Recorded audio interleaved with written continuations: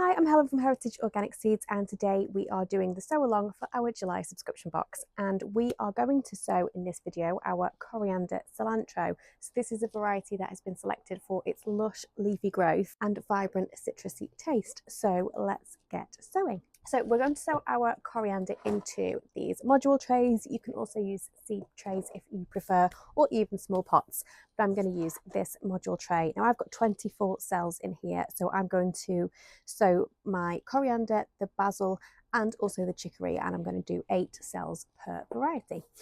So I have filled the modules with compost, and then we're just going to make a little dimple into each cell, and that is where we're going to sow our seeds.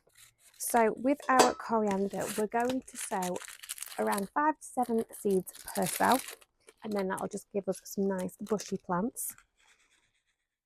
So the seeds aren't too small, they're actually quite easy to handle, as you can see. So literally just going to pop around 5 to 6 seeds in each cell.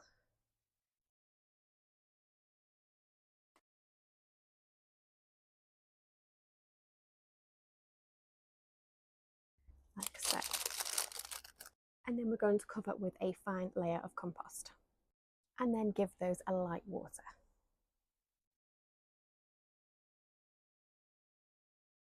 And I'm going to pop our little plant label in so we know what we have sown.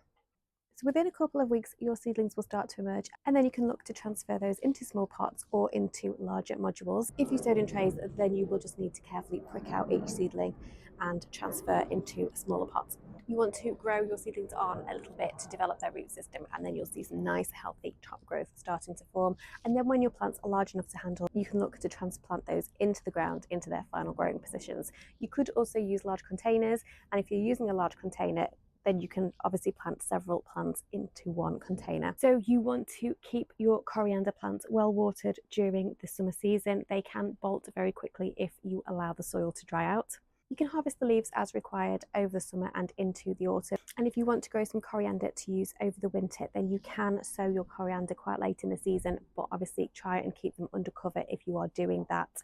And then you will be able to harvest some delicious coriander leaves over the winter too. And if you are not keen on the fresh taste of coriander, and I know some people aren't, you could always allow your plants to go to seed and then harvest the seeds which are used as a spice. So all you would need to do is allow the plants to flower and leave them until they form some pretty seed heads, and then at that point you can transfer those seed heads and pop them into a paper bag to dry out for a couple of weeks. And obviously you don't have to use modules or pots to sow your coriander seeds. You can direct sow them over the summer months if that is your preferred way of doing things. So I hope you've enjoyed this video. If you have any questions at all, please feel free to reach out to me. My email address is hello@heritageorganicseeds.com, or you can reach out to me on Instagram. We are at Heritage Organic Seeds.